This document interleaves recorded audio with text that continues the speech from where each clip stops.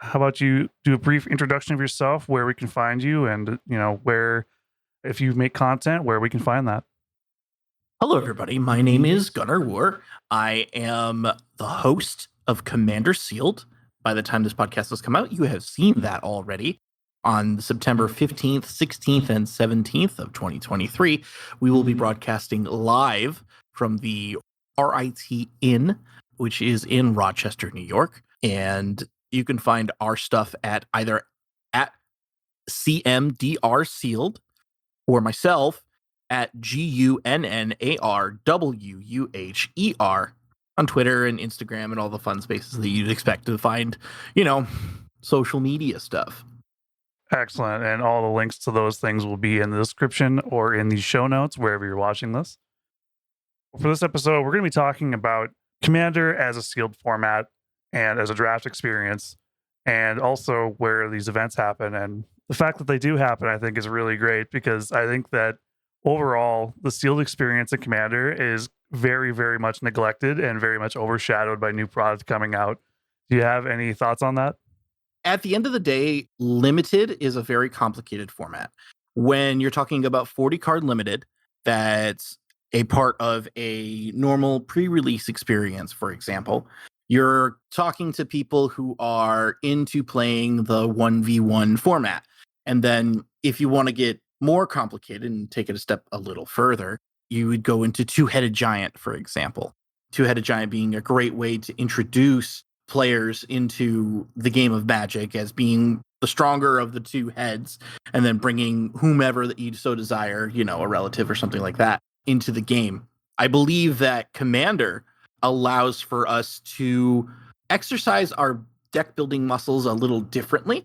Basically, you have to understand the heuristics of building a limited deck first, the 40 card variety, and then I would recommend moving up to the Commander variety. Now, what Commander Sealed does, as opposed to with Baldur's Gate and Commander Masters Sealed, is allow us to really crank that difficulty rating up and simulate better the experience of actually building a Commander deck, but keeping that in a sealed environment.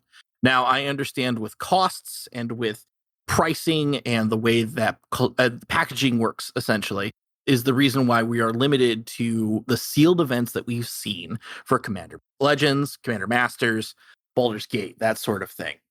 However, I believe that the event that we've created here allows us to really expand and make more flexibility points for building and create more unique decks.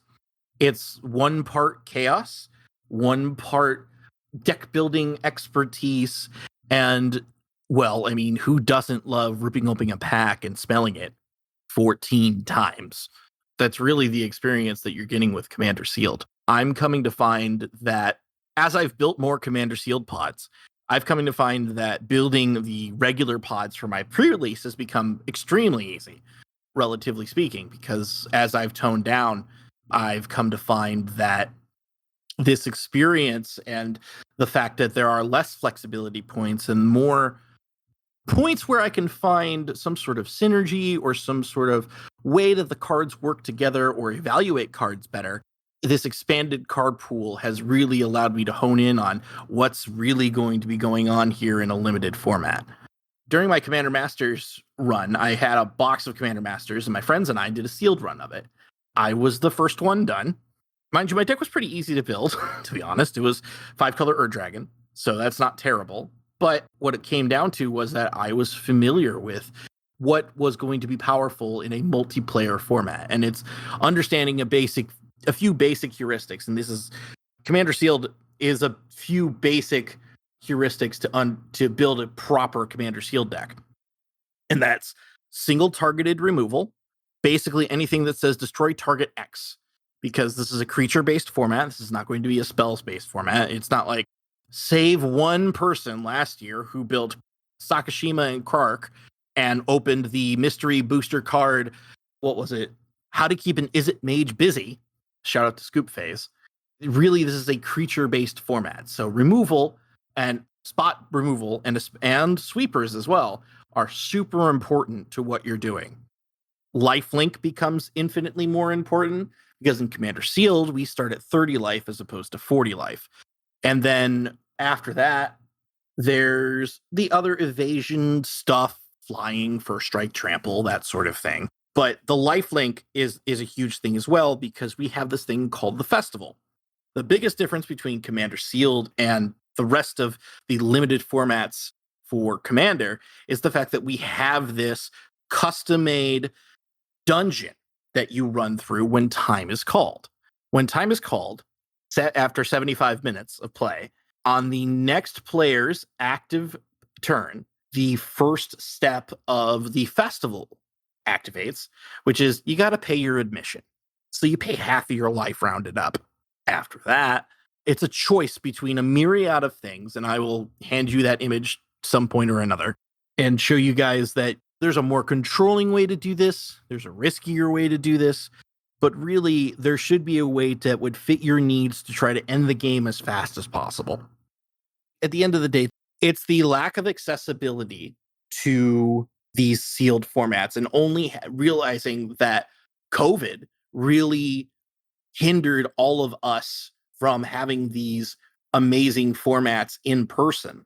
Because if you remember, Commander Legends 1 was during COVID. And Baldur's Gate was just about the time when people were starting to take off their masks and the COVID cases started to go down and people became a little bit more comfortable with it. That you've seen not enough participation with limited Commander formats. So I'm hoping as time goes on that these will become more popular as more people get a chance to play them. That was great. Loved everything you said there. That was awesome. You covered a lot of topics, a lot of talking points I wanted to cover as well there. One thing I wanted to hopefully extrapolate on a little bit here, maybe using that word incorrectly, but you mentioned that the cost is obviously a deterrent, but also just the fact that it's not very accessible, which obviously the cost contributes to, but also when these products released, they were in a bad time. Do you think that if we got another Commander Sealed set, and surely we will, do you think that's going to be an even better experience than the prior ones? Or do you think that it's going to get overshadowed like the Baldur's Gate experience was? So the Baldur's Gate experience was overshadowed not because of the gameplay. Double Masters and Baldur's Gate are amazing limited formats, and I challenge you all to go buy a box of Baldur's Gate and go play that format because it was really good. The initiative is cracked beyond belief. I mean, Legacy proved that to us, but in 4-player matches as well. I shy away from it to a certain extent. I believe that the monarchy and the initiative and other future mechanics that work like those should start in the middle of every Commander game. I really believe that. Those accelerate the game and make the game a little more fun, essentially. We talked about the sealed experience being unique. I don't think we need to go over that too much. You mentioned the festival as being a way to kind of wrap up the games in Commander Sealed. But for players playing at home, do you think it's necessary to have something like that built in? Or do you think that should be part of the deck building experience? Or how would you approach? Do you think that it should be like casual Commander where the games just go as long as they go? Or do you think that maybe the festival is something people could try at home? If there's anything from the Commander Sealed experience that I want people to try out in their own play groups at home, is the festival. I believe that the festival can end your game in 90 minutes or so, give or take a few. And I believe that it is a succinct, fun way for everyone to have a chance, a fighting chance at having their deck do the thing in the last turns of the game, instead of having it being dominated by 1 or 2 people, essentially. It gives you a chance to come back. It gives you a chance to find... Essentially, the first room is, well, we're going to drop your life totals by half so that we can really get to the dangerous part of the game where a lot of your combat and creature decisions matter. The second tier is one of card draw and card selection. The idea here is to... if I have the cards in my deck to be able to win this game, I'm going to do one thing.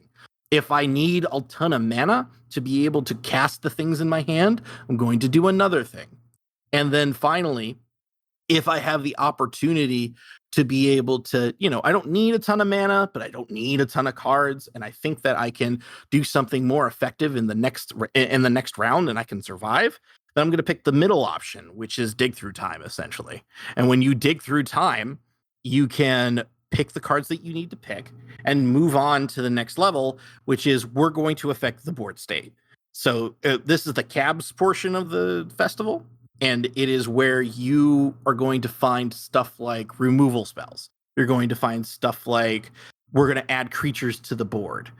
One of my favorite cards in all of Magic, Fractured Identity, makes an appearance here, where it exiles a card from somebody's board but gives it to their opponents, which is an amazing card if you haven't played with it previously. If you decide that your play group would like to add this, I would recommend just a normal timer. However, instead of the 75 minutes that we give, I would recommend put the timer at 60. I've come to find that in pre-con games and games with a bit more synergy, you'll find that the festival itself is played better after 60 minutes. So I highly encourage you all to play the festival. Give it a shot, because it is a ton of fun and it provides another reason for you to act expeditiously and really interact with the game. Do you feel, or have you ever had this experience in a pod where the festival is something that the players know about beforehand? Is that something that maybe changes how the deck building works, or is that just part of the experience, is just you build what you want because it's still a Commander experience? Or do you think that people play around the festival a little bit and maybe play a little more sandbaggy? I think what you can do, and I think a strategy we're going to see in Commander Sealed. Now, mind you, this has been recorded before Commander Sealed happens, and I have been a part of and witnessed enough Commander Sealed games to understand that the sandbaggy gameplay doesn't bode well for the people who are sandbagging. You want to do as many game actions and put as many pieces of cardboard onto the battlefield as possible so that you can make it to the point where you're getting to the end of the game and you only have 10 life on average, and you're able to really close it out and eliminate players simultaneously, because that's usually the best thing to do when it's in this format and with these games. If you were to build around it as like a regular EDH thing, like I said before, like the Commander Sealed things to prioritize or it stays the same. Lifelink, because you can gain life after the festival goes off, and evasion for your creatures, and single targeted removal for the big threats on the board. That's the three things that you need to pay attention to the most when you're playing this game. Very interesting. I would definitely love. Do we have any recorded instances of the Sealed Commander gameplay that we could maybe link to or allude to here? Yeah, of course. There is LRR played Commander Sealed for a Friday night paper fight back in July. They did an excellent job of showcasing the entire format and the festival. That's awesome. I will include a link to that in the description or the show notes. I actually played with Mr. Benjamin Wheeler from LRR recently in a Commander game with Kurohitsky. So I'll have to link up with him and ask him about that and see maybe how he felt about it and get some more additional input on that. Kuro is actually going to be at Commander Sealed. That's awesome. That makes me want to push this episode even more, just so I can try to make that a point of the fact. I wish I could be there myself, but I have a job that I have to attend to. Luckily for you, we're streaming 3 days, and we have the charity auction too. So please, please, please check out that charity auction, because there is some sick stuff on there. That sounds absolutely great. We're obviously no strangers to the charity events. We recently had a couple of events. We had the Representation Matters event with Kuro, and then we also did an episode with a girl named Ron, and she raised some money for the Trevor Project recently. So we are certainly fans of the charity projects. So getting back to the topic on hand, one thing I want to talk about was how Commander Sealed the event has slightly different rules or deck building than the way it's done in stores when we have these Baldur's Gate style sets. Can you talk about like why those are different and what the intent is there? The big difference between when you're building a Commander Sealed deck and a regular limited deck is that you, when you're sitting at your table with your pod, become the biggest fan of the three people that are sitting around you. Because what happens is that you can trade anything you open with anything else anyone else opens at another table. And so what ends up happening is that, say you have a commander that is in Simic, and you end up having Orzhov lands. Well, you can trade your Orzhov lands for your partner's Simic lands. And what ends up happening is a collaborative deck building process, which allows for the best decks to be built.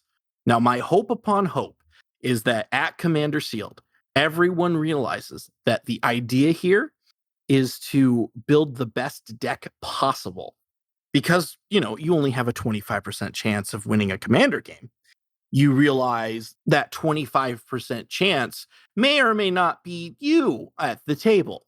So making the best decks with the four people involved at your table gives you a reason to cheer on other people that are perfectly fine strangers that you hadn't met that morning, or until that morning rather.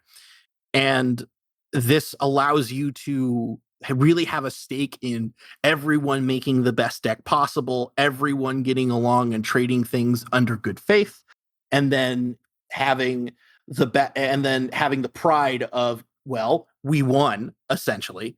And my table, or whatever the table is going to be named after, because at Commander Sealed we are offering essentially content creators to purchase tables as a way of donation to the event, so that when the event is announced, when the winner is announced, they came from table, whatever that might be. This deck building experience should be adopted, in my opinion, by Wizards as a standard practice for limited Commander, because it allows everyone at the table to essentially make the best deck possible, which is what you want to do when you're in this format. Pick it up and then you're paired into another set. As long as there's more than four of you, I think that this is an amazing way to build commander decks. That's very interesting. Personally, I feel like it's so crazy, the idea of trading during a sealed event, but I would definitely try it. And I was going to ask if you thought that this should be something that the WotC design should include, but I think I would be willing to try it, at least for like one set, just to see how it feels. I can only imagine the kind of decks I would build if I had access to some of the things that my opponents or other players, I guess maybe I shouldn't even talk about them as opponents, because in this case, they're kind of like teammates in a way. I think that's a very interesting way of, of thinking about it. The cool thing, in my opinion, is when you see crazy trades. While we encourage you to trade, we also would like to let you all know that your trades are up to you and don't necessarily expect your cards back. The gambit, if you would, of creating a commander deck that is the most optimized possible, or holding on to a $30 or $40 card that you had opened, is an active deck building choice that you have to make. And I find that axis extremely interesting. The most interesting version of this that I've seen is when Adam from LRR on that show traded a mana drain, because he had opened a Joda, for the common from Lord of the Rings, the land that provides two different colors for legendary spells. The fact that he traded away a $30 card for a 30-cent card that did infinitely more in his deck than the mana drain would have boggles my normal mind, but my Commander Sealed mind understands it completely. You know, I've definitely been in situations like that before where I pulled a really powerful or very rare or expensive card and it just didn't fit into my deck. I can't even imagine trying to get rid of it. I've even tried to force decks just to include rare cards that I've pulled. So it's it seems like it would be very fun. And the whole idea of it being a collaborative experience is really, really fun and interesting to me. And I wanted to ask about something that I harp on all the time, which is the rule zero conversation. Being that this is sealed, it's kind of like when you go to pre release and you do sealed there. And in my experience, at least, players don't really get salty because they didn't build the deck. They got dealt what they got dealt, and if you got lucky, you got lucky. Not a big deal. But I feel like when doing sealed EDH, that's where people get really creative. And that's where people really get expressive, the picks that they make there. Do you think that the rule zero conversation is even existent? Does it exist, or is it less important, or is it more important when it comes to sealed to make sure that everybody has a good time? And do you even think about that when you're in the process of actually picking your cards? So there's two different conversations that go on here. The first one is at a event. When you're at an event, what you're doing is you're choosing to sign up for the rules that the event offers. So for example, if you're doing a boxing league, you know that you're going to open 36 packs from a standard set and you're going to make a commander deck out of those 36 packs. That's the rule zero that is already established and put into what's going on. So that's not anything that anyone has to really worry about because you paid the money, you signed up for the rules, you knew everything going into it beforehand. Now, the idea here of doing it with your friends where you're bringing your own packs to the conversation, then you can start talking about a rule zero, in my opinion, because the rule zero conversation happened between for example, with Commander Sealed, happened between everybody who's putting on Commander Sealed, as opposed to the players at the table. The players at the table bought into the rules and understood what was going on. When you're playing at home and you're doing Commander Sealed rules or you're doing a sealed event, you can really make up whatever you want because you're at home and it's literally the lowest stakes possible. So you'd want to make it tailor an experience for whomever it is that you want to play with. Very good answer. I definitely think that it's definitely low stakes when you're just doing it with your friends. Some people would be really interested in having that conversation, saying, like, this set has something that I'm really not a fan of, or something that's a real outlier. You think, like, if you were to draft something like Commander Legends and say this was a personal play group, just playing kitchen table, do you think that it's reasonable to say, like, hey, we're just not going to play with Jeweled Lotus? Or do you think that that's just part of the experience built into it? Do you think that's something that needs to have a conversation around it? Or do you think that it doesn't really matter because it's going to be so individual to every play group? It matters because it's individual play groups. And if everybody decides that Jeweled Lotus or Hold Breacher or Opposition Agent is just a 1000% unfun card and you open it, that you shouldn't play it, then by all means, that's you do you, boo. We ain't gonna yuck anybody's yum here. To argue against that point, and what I would say if somebody was like, hey, I don't want to play with X card or Y card, you could say, hey, if we open X card or Y card, and that's an if, this is the only format really, with like Hull Breacher, for example, that you're going to be able to play those cards in. So, I mean, there's a reason why I like playing Ikoria Limited, because I want to play with companions. That's why I loved Mom so much too, because I get to play with the companions. And I won't be able to do that in a lot of other formats. For the people who are thinking about playing at home, you should definitely talk with your friends about this and see if there's any particulars about it. It's definitely probably more fun to just play it with all the risks as is and just kind of thin it down from there if you have any issues, if there's any thorns on the side. But definitely the conversation still has to happen if you're playing with your friends. Everybody deserves to have fun in that context, right?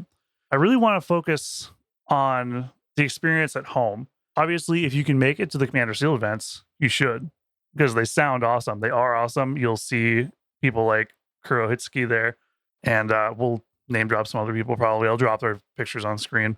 But I really want to talk about Cube. So, do you want to talk about Cube at all? Like, do you think Cube is a totally different experience, or do you think that Cube is more of a curated experience for a sealed environment? So specifically for Sealed, Cube is a lot of fun.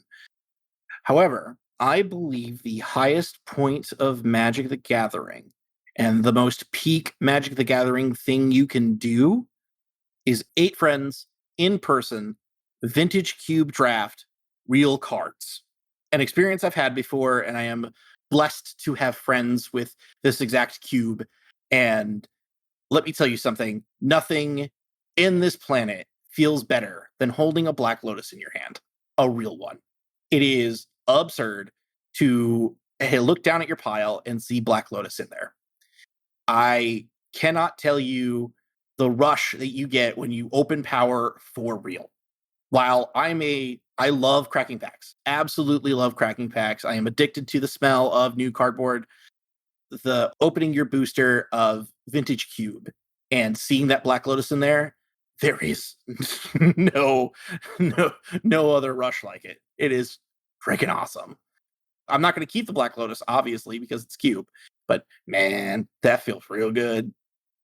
Cube as an experience is an amazing thing, and every time Vintage Cube comes up on MTGO, I play it. Every time I get offered to sit down at the table and play some Vintage Cube, if I am available, I will take it. And I would recommend, if you haven't played Vintage Cube in person before, get to a Magic Con. Someone will have one. Find that person, because they'll be looking for players, very obviously, and play that cube, because it is awesome. Because there's there's also a lot of variation to it too, because it's just like Commander decks, cubes are expressive ways to showcase somebody's playstyle and personality. So depending on your card choices, sleeve choices, interactions that you want to keep in the cube, if you want to make it, the stock vintage cube list, or if you want to make something that's even crazier and nuttier than what that is. It is a great experience, and you should draft literally as much cube as possible. Shout out CubeCon. I'm really glad that you have that opinion, because I feel like there is a big divide between the sealed experience from actually opening packs and from ones that you've curated yourself. But I do think that Cube is probably something that, if you have a regular play group, it's probably something you should look into, both for 60 card and for Commander. I think that Commander Cube is absolutely a viable way of doing it, because you obviously can do it with sealed packs, so it's not that hard to figure out how to do it with Cube. For those of you who are unfamiliar with Cube, it's basically like drafting or sealed, but it's from a curated collection. So you'll have the same basically packs that you pull from, that you'll, randomize and do whatever you need to do. But that way you're getting it from that curated collection. So you're not really doing it from just any one set. You're not doing it just from Baldur's Gate, or just from Commander Masters, or just from Commander Legends. And I think that it's probably one of the best ways to curate an experience in a play group. Obviously, this is not something that you can really just bring to a game store. You can, more power to you if you want to, but not everybody wants to share their cube like that. But I think that you should probably consider it if you are interested in the idea of Commander Sealed and you don't necessarily have a play group that wants to invest in like a box or an inkjet printer. And you can also make a cube and just play with that and cultivate it to your heart's content. I do think that cube maybe is a little bit too different of an experience for some people, though, versus something like Baldur's Gate that had a really, I feel, definitive Commander experience. I really enjoyed the Baldur's Gate pre-release. I remember very distinctly playing Is It Dragons, and it wasn't even that good for for multiplayer, but it was super, super fun. And I don't think I would trade that for even something like a vintage cube, just because I had so much fun in the moment. But I would like to hear if you have any particular story or something that you really can't forget about from any sealed experience, whether it be from the curated Commander Sealed experience that you and your team do, or if it's one from a WotC design experience. I'm going to give you my biggest limited experience fail that I have ever done in my entire life. This is an embarrassing story. This is a true story. Buckle up. Columbus 2018 Dominaria Team Trios. I'm the left seat. I have been playing Magic for approximately 4 months at this point, coming back from my hiatus because my personal magic origin story is I started in Odyssey, I stopped in Kamigawa, and I came back for Rivals of Ixalan. And the next set after Rivals of Ixalan was OG Dominaria. Dominaria comes out, and I meet up with some friends, and they're like, "We're going to Columbus. We're going to go do this thing. Do you want to be our third?" I said yes. And I am more nervous than anything I have done up until that point because I did not want to disappoint these people. I consider them some of my best friends at this point, and I am very excited anytime that they happen to be at a magic event or I'm in their town and I get to hang out with them. So here we are. I think it's like round 3 or 4. And I'm so nervous because I notice an awesome thing that I can do. I have the 2 mana kicker bounce spell that is in my hand, and they have the uncommon thing that makes a 6/6 demon that needs to sacrifice a creature or the opponent loses life creature that they have. So they have all these clerics. They have this permanent. So I bump my buddy to my right of me and I say, "Hey, do me a favor. Am I doing the right thing here? And I'm going to bounce the token when it makes the token." He's like, "Yeah, of course. You should bounce that thing." And he points in the general direction. Oh boy, nervous brain does weird things to you. I misinterpret this as you should bounce the saga. And so on the 3rd step, on their upkeep, I bounce the saga back to their hand. And that, my friends, is a perfect example of why you should be very level-headed and mind clear when you're playing competitive Magic. Now, we laugh about that story now, and I laugh about that story too. But when it happened, it probably for a few months afterwards, I was mortified to be able to tell that story. 1000% true, 1000% real. I sometimes am a very dense person. That's a great story. I think that anybody who's trying out a sealed environment will feel better knowing that they're not going to be the only one who might make some mistakes in the heat of the moment. I do have a story of my own about that Is It Dragons deck I built during Baldur's Gate, and that was for Lozan. And Lozan, for those of you who do not know, is a Is It Dragon, or Prismari Dragon if you prefer, that when you cast dragons, you deal damage. And one thing about the sealed environment that is a little bit different from normal EDH is that you can play multiples. It's not truly singleton.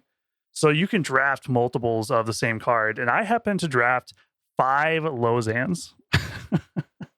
So I was playing a dragon, and Is It Dragon deck with 5 Lozans in it. It's purely because when I cast them, I would get 5 damage out of it. But the real problem with it is that Lozan says it deals damage to any non-commander target. So I could only kill things that were not commanders. And it was kind of disappointing because that was kind of the main thing that was going to keep me in the game. But I just could not stop my opponents from accruing value aside from just hitting them in the face with a dragon. But I do think that's an experience that's super, super unique to not just Baldur's Gate, but to Sealed in general, is just having these very interesting setups that you can only get from Sealed, obviously, in the sense that you can't have 5 of the same dragon normally, but it makes me chuckle every time I think of it. And I still have a soft spot in my heart for Lozan, even though it's not particularly good. No, I can understand that completely. The collectibles, especially in limited formats, are a weakness for myself as well. One thing I thought about briefly, and I don't know if it even makes a difference because I've never done a lot of it, I guess, to say one way or the other, but there's Sealed and there's also Draft for this, and it's kind of really, really different because Draft, you're kind of taking resources away from your opponent at the same time that you're deck building. Is there any resources for that, or is there any like unique instances of that, or is that something that happens in Commander Sealed that you want to talk about? Not really necessarily. Draft is such a different beast than Sealed, which is why we can keep it so casual because of the fact that you're able to make these decks with people. And the idea is that they are your friends as opposed to your enemies. Is that is such a huge difference when it comes to Commander Sealed and a PT draft, for example. In the PT draft, what you're trying to do is your mind is a razor's edge, and you're trying to make the best decisions possible, also while trying to tell the future, also while trying to sit here and understand how things work essentially with each other, and have your knowledge of the set be so much that you can picture in your mind's eye what your deck is going to look like. In Commander Sealed, I mean, it's like kind of the complete opposite. It's okay if you play one less land that you were supposed to. It's okay if there was a spell that you were supposed to include, but you included this less effective spell regardless, and the deck still functions and works and does its thing. I feel that draft is a more competitive thing, no matter who's doing it, than sealed. And I think that at the end of the day, you're going to find that folks who play sealed they're subject to more variance than they would be if they were in draft, which attracts a certain crowd, and draft attracts another crowd. Draft has always been, at least to me, the more cutthroat experience. And maybe that's somewhere that WotC can experiment more. I would like to see it. I would like to see more sealed sets or sealed experiences in general. Maybe more iteration on the Jumpstart product line would be great. But I feel like you have been such a good ambassador for this format. You've really made this sound like a must-have experience, and it's made it seem like it's accessible, I guess, because there are events, there is support for it, there are people doing it. Do you want to let us know where we can find you and where we can find Commander Sealed? CommanderSealed.com is going to be your resource for Commander Sealed and all of its updates. Commander Sealed 2024 will occur. Date and time to be determined, but we will be coming back to Rochester, New York, and we will be doing this event.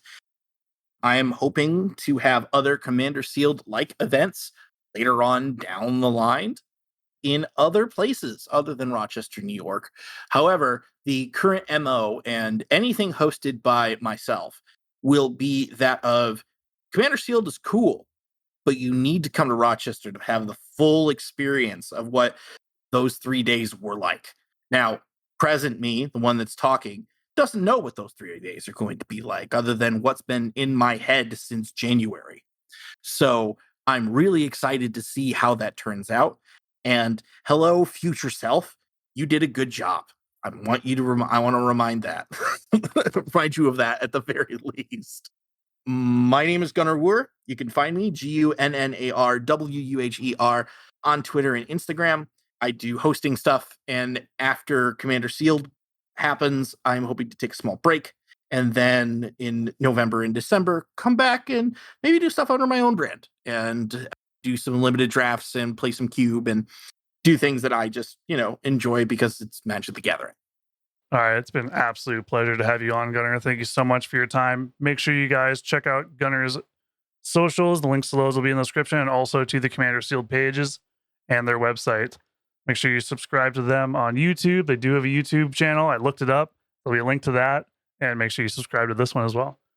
Thank you so much for having me.